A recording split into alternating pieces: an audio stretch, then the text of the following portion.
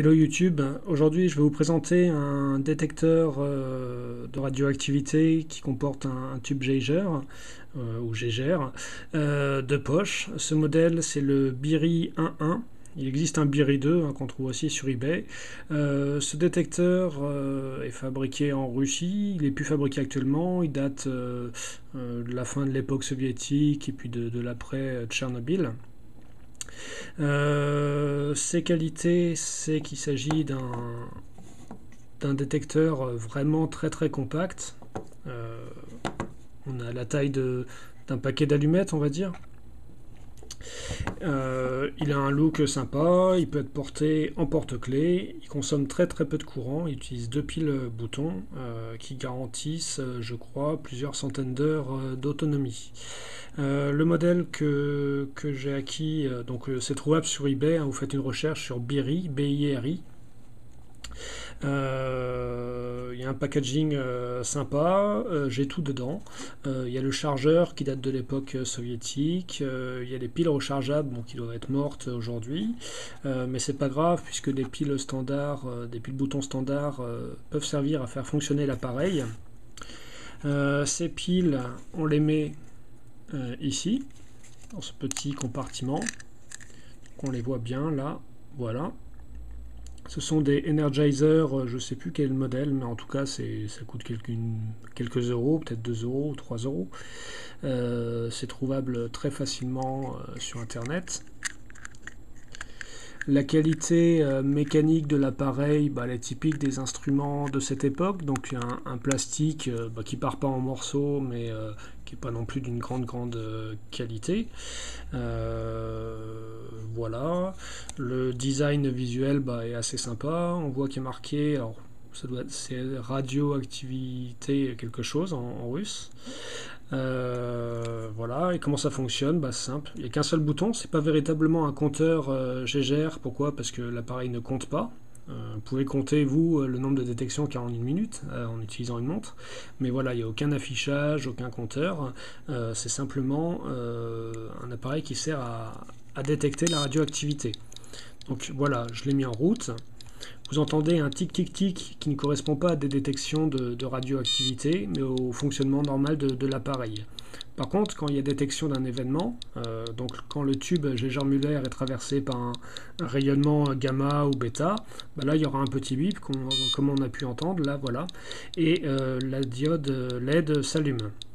Donc là, l'appareil bip, ça ne veut pas dire que l'environnement soit contaminé, ça correspond juste à la radioactivité naturelle qui est émise par le radon et ses descendants, par les rayons qui viennent de l'espace, par le potassium qui est présent dans les briques qui composent la maison.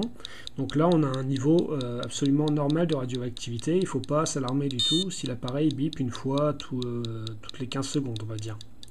Par contre, si j'approche un matériau qui est radioactif, là, l'appareil va davantage sonner.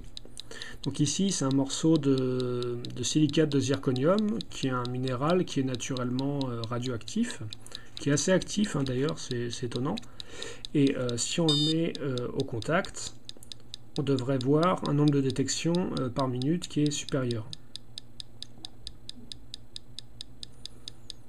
Je précise là qu'on n'est pas avec des matériaux ultra radioactifs, que si je mets un autocollant dessus, c'est juste pour signaler ce que c'est, mais il n'y a aucune dangerosité. Donc là, on voit que le nombre de détections tend à augmenter. Ça marche avec d'autres choses. Par exemple, si j'approche un fragment d'assiette dont le vernis contient un oxyde d'uranium qui lui donne sa couleur orange, là, pareil, je vais avoir davantage de détection que par rapport au bruit de fond.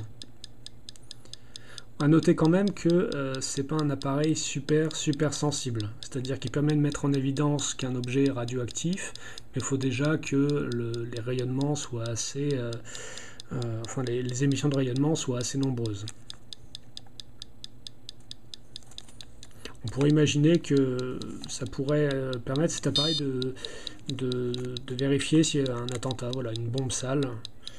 Si on a ça sur soi, si on le met en route, on peut s'assurer qu'il n'y a pas d'isotope trop dangereux, ou pas trop présent en tout cas.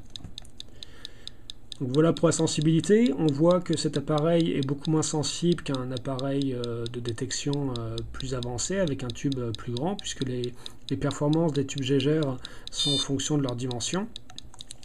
Donc je vais arrêter l'appareil et je vais prendre un détecteur davantage performant.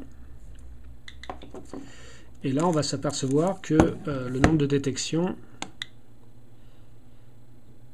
est bien plus important en réalité que ce que détecte le porte-clés BIRI. Donc ici, là, pour mon fragment qui contient des oxydes d'uranium, voilà, ici on a davantage de détection parce que c'est un matériel plus performant et un tube Gégère qui est davantage sensible.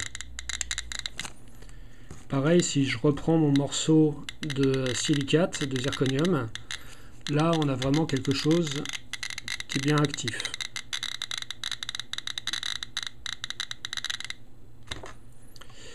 Et voilà, donc c'était la présentation du porte-clés détecteur de radioactivité BIRI dans sa version 1.1.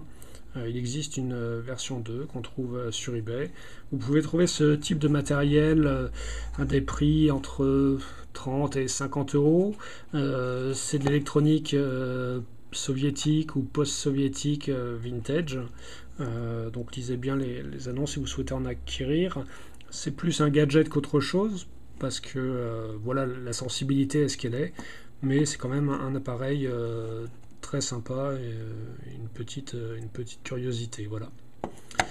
Salut YouTube, n'hésitez pas si vous avez des questions, je me ferai un plaisir d'y répondre. À bientôt.